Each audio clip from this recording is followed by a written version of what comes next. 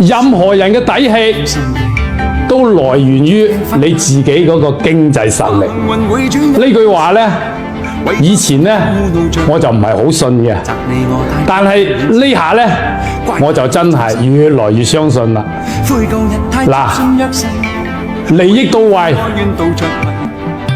陌生人都會變成朋友；利益唔到位呢，朋友都會變成陌生人嘅。人生呢，最大嘅醜陋係乜嘢啊？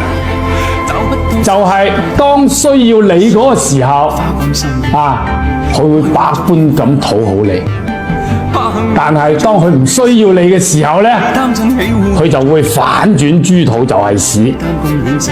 所以講呢，錢啊可以治愈你一切嘅自卑。所以講人呢，唔能夠淨係靠善良㗎。你記住啊，你要搏命咁去揾錢啊！等你越嚟越優秀嘅時候，所有嗰啲人先至會睇得起你㗎。大家話我講得啱唔啱啊？